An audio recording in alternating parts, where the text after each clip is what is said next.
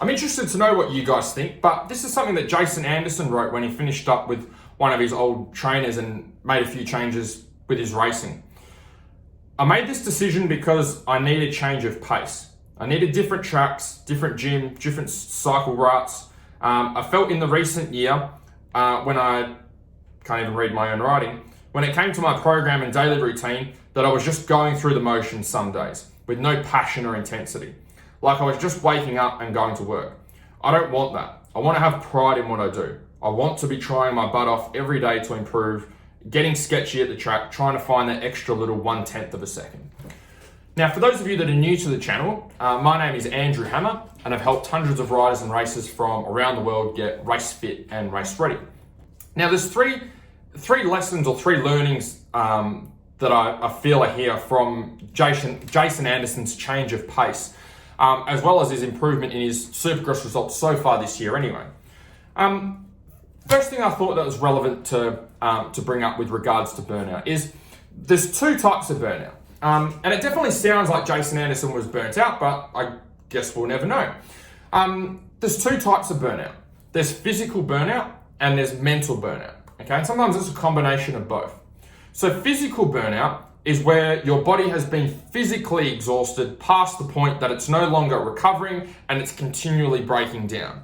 So with our training, gym work, riding work, we don't actually get fitter or stronger from going to the gym. We get fitter and stronger from recovering from the work that we do at the gym. So what you'll notice is when you get to the end of a gym session, you actually feel like shit, right? You're not as strong, you're not as fit because you've been flogged, your body's been stressed. It's only after you recover over the next day or two that you start to feel better and improve on where you were that particular day.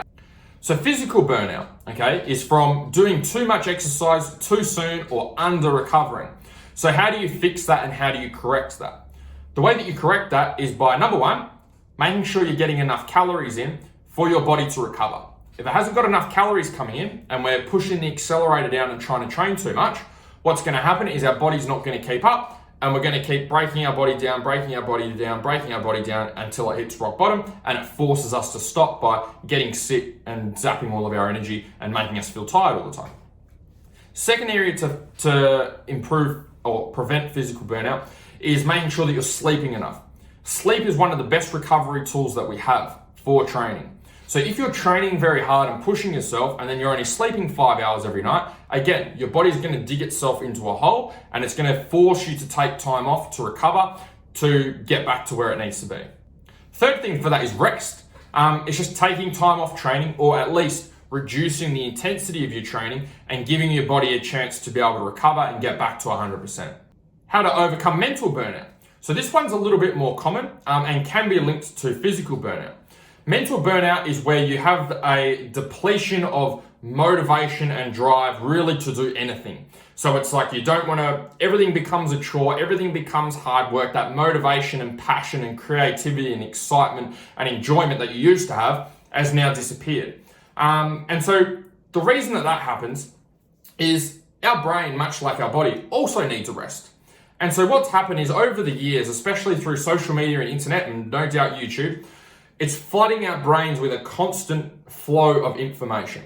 Whether we're driving the car and listening to the radio, whether we're on our phone on social media, whether we got emails popping in, whether we're at work and people are constantly interrupting us, whether we're at home and we got the kids getting at us or, arguing or needing our attention or needing to be looked after, or at night time going on YouTube and flicking through and our brain taking in all of this information.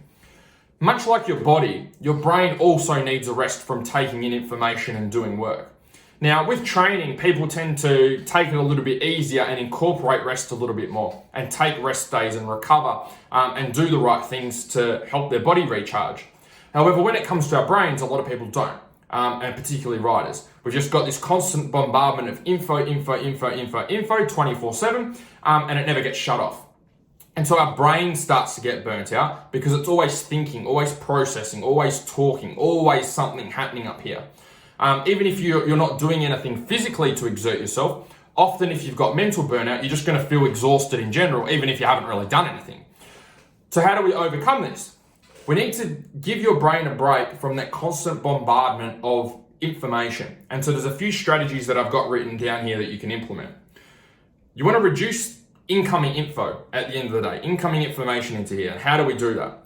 A great one to start with is turn off your notifications and turn off social media. Turn off all your notifications on your phone for your text messages, for your emails, so it stops going ding, ding, ding. And also turn off your social media. Don't go on Facebook and Instagram. And the reason that this is important is because these have so much information coming at you. Your brain is just going 100 miles an hour and being overworked. You never get off social media going, shit, I feel recharged and feel refreshed now. Okay, you always feel the same, or most of the time you feel worse because your brain has been drained of energy. Another way to be able to help with mental burnout is meditation. And this is one that's not as common, maybe a little bit more common with professional riders, but not in day-to-day riders, is meditation is great. And the reason that meditation is so good is it cuts off all incoming information. Because you're sitting down, you're closing your eyes, and you might be listening to a guided meditation, which is what I recommend.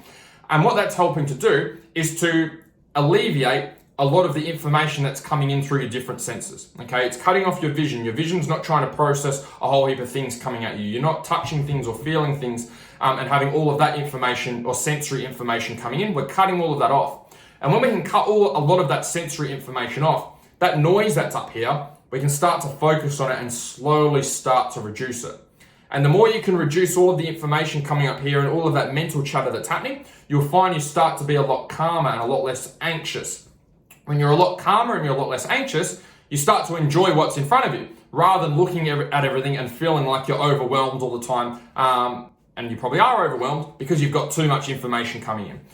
So what's it about? It's about cutting off that information, having some time for yourself, letting your brain recharge and rest, and then getting ready to go hard again.